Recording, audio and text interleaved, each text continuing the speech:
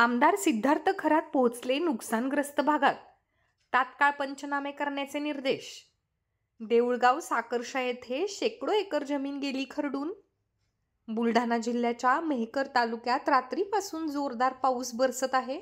त्यामुळे उतावळी प्रकल्प तुडुंब भरल्याने सांडव्यातून मोठ्या प्रमाणात विसर्ग सुरू आहे. परिणामी नदीला मोठा पूर आलाय. पुराचे पाणी नदीकाठच्या शेतात शिरल्याने शेकडो एकर जमीन खरडून गेली आहे. पिकांचं मोठं नुकसान झालं असून अनेक घरांमध्ये देखील पाणी शिरल्याने घरातील जीवनावश्यक वस्तूंचे, धान्याचे प्रचंड नुकसान झाले आहे.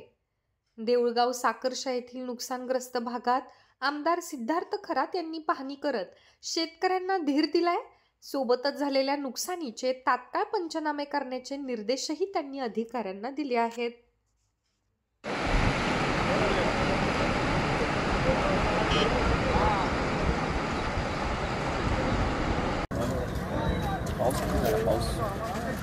पाऊस काय मला बरोबर सांगणार नाही.